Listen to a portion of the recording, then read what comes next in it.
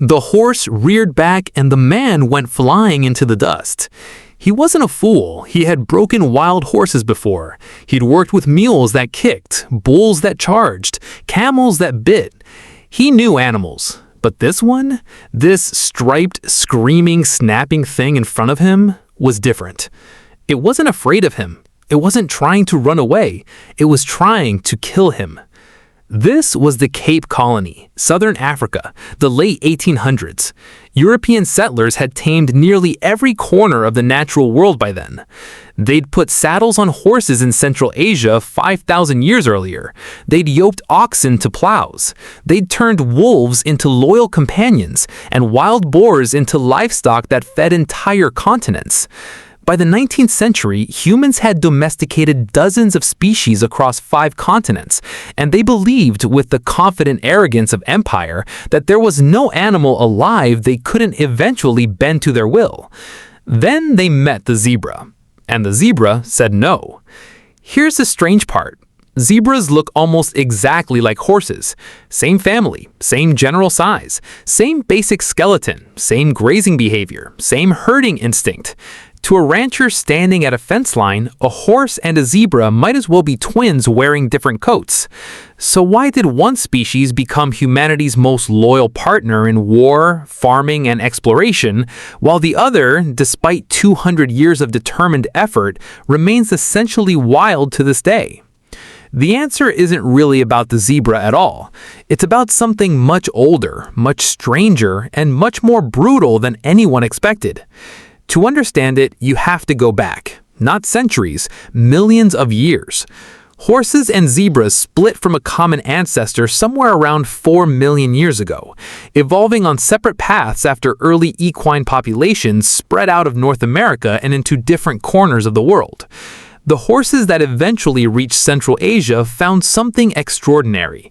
Comparatively few predators, wide-open grasslands, and, critically, early humans who were farmers and herders, not full-time hunters of horse-sized prey. In that environment, a slightly calmer horse survived a little better around human camps. A horse that panicked less bred more. Generation after generation, that calmness compounded. Zebras took a completely different evolutionary road. They stayed in Africa, the one continent where large mammals evolved side by side with humans for the longest stretch of time, and alongside the most efficient predators on Earth. Lions, leopards, hyenas, crocodiles lurking at the exact spots where herds had to cross rivers to drink. For a zebra, hesitation wasn't a personality quirk. It was a death sentence. A zebra that calmed down, that trusted an unfamiliar creature approaching it, that failed to read danger in half a second, that zebra didn't get a second chance to pass on its genes. Over millions of years, Africa built the most paranoid herbivore on the planet, and it built it on purpose in the sense that natural selection doesn't forgive mistakes. But paranoia alone doesn't explain everything, because plenty of wild animals have been tamed despite dangerous instincts. Wolves were essentially armed predators, and humans still turned them into golden retrievers over thousands of years. So what made the zebra uniquely resistant? This is where the story gets physical, painfully physical. Researchers studying zebra behavior have documented something unsettling. Zebras don't just kick to escape a threat, the way a startled horse might. They kick to kill. Their kicks are calculated, aimed, and devastatingly accurate, capable of breaking a human skull or snapping a lion's jaw in a single strike. And unlike horses, zebras have an almost supernatural field of vision. Their eyes are positioned to track a threat approaching from nearly any angle, including directly behind them, which is exactly where a would-be rider needs to stand to mount one. Then there's the bite. Zookeepers and animal handlers have long noted that a zebra bite doesn't just hurt, it doesn't let go. Zebras clamp down and hold, twisting and dragging, a behavior inherited from millions of years of fighting off predators that also refuse to let go. American zoos, even today, report more serious injuries from zebra encounters than from lions. Not because zebras are more aggressive by nature, but because humans consistently underestimate them, walking in with the casual confidence they'd bring to a paddock full of horses. And that's really the trap, isn't it? Zebras look tame. They look like something you already understand. That resemblance is precisely what got so many ambitious men hurt. Because people did try. Seriously, repeatedly, for generations. In the early 1900s, the eccentric British banker and diplomat Walter Rothschild became famous for training zebras to pull a carriage through the streets of London, parading them past Buckingham Palace to prove the concept could work. It was a sensation. Newspapers loved it. But Rothschild's success was deceptive. Those particular zebras were hand-picked for unusually calm temperaments, trained individually with enormous patience, and even then, they were pulling a light carriage on a controlled route, not being ridden into battle or worked on a farm from dawn to dusk the way horses were. Colonial governments in Africa tried too, and not out of curiosity, out of desperation. Horses imported to sub-Saharan Africa were dying by the thousands from diseases carried by the tsetse fly, an insect that zebras, having evolved alongside it for millions of years, had partial natural resistance to. If only zebras could be harnessed the way horses were, colonial administrators reasoned, they could solve a transportation crisis that was crippling trade and military logistics across the continent. Farms in South Africa and Kenya spent decades on breeding programs. Some crossed zebras with horses to create zebroids, hoping to combine a horse's cooperative temperament with a zebra's disease resistance. The offspring were often just as dangerous as their zebra parent, and frequently sterile. Except one thing kept nagging at researchers who studied these failures more closely. It wasn't only about temperament or violence, it was about something even more fundamental, something buried in the zebra's social structure. Horses, it turns out, evolved as a species built around hierarchy. A wild horse herd has a clear dominant stallion, a lead mare, a chain of command that every horse instinctively understands and submits to. That's precisely why a human can become the alpha in a horse's mind, why a horse can be led, corrected, and trained to accept a rider as an authority figure sitting above it. Zebra society doesn't work that way.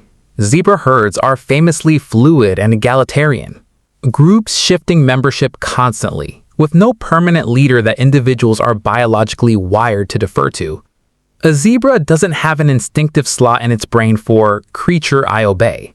Trying to convince one that a human belongs at the top of a hierarchy is trying to activate a mental structure that, evolutionarily speaking, simply isn't there. That discovery reframed the entire question. This was never really a story about stubbornness. It was a story about missing architecture, a species that never developed the psychological wiring domestication depends on, because in its environment, that wiring would have gotten it eaten. And that connects to something researchers now call the domestication syndrome. A pattern first rigorously documented in a decades-long Soviet experiment breeding silver foxes for tameness and studied intensely in the years since through genetic and behavioral research across multiple species.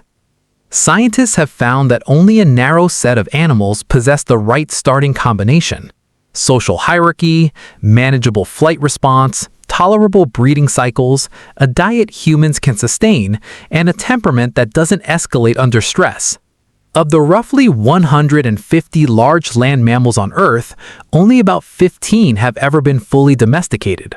The zebra checks almost every box, except the ones that matter most: hierarchy and a nervous system that doesn't treat any unfamiliar touch as a mortal threat.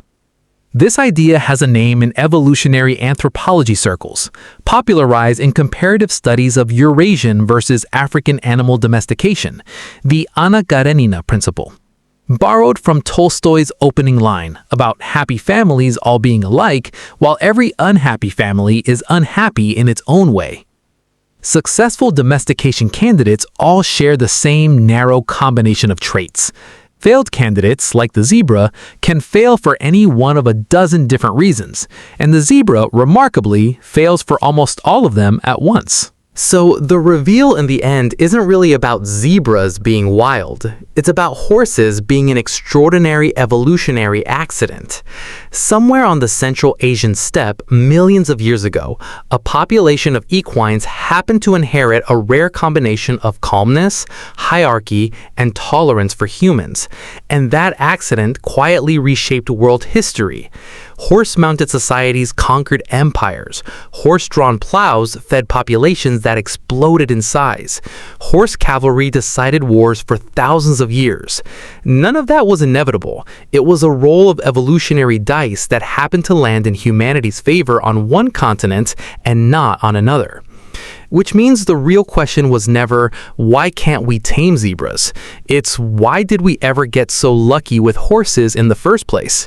And that question still shapes the world today in ways most people never notice.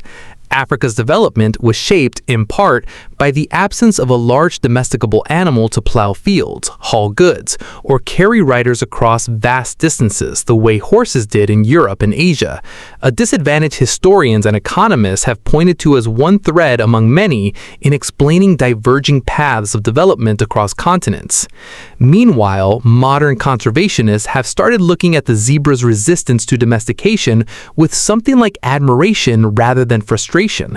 In a world where habitat loss and human expansion have pushed so many species into decline, the zebra's stubborn wildness, the very trait that frustrated colonial farmers a century ago, might be part of why it has survived, largely on its own terms, while so many domesticated species now exist entirely at human mercy. So, the next time you see a zebra standing calmly behind a fence at a wildlife park, resist the urge to see it as a horse in fancy dress. It isn't refusing to cooperate. It's remembering something in its bones that horses forgot generations ago, that trusting the wrong creature, even for a moment, used to mean death. Humans didn't fail to tame the zebra. The zebra simply never needed us to succeed.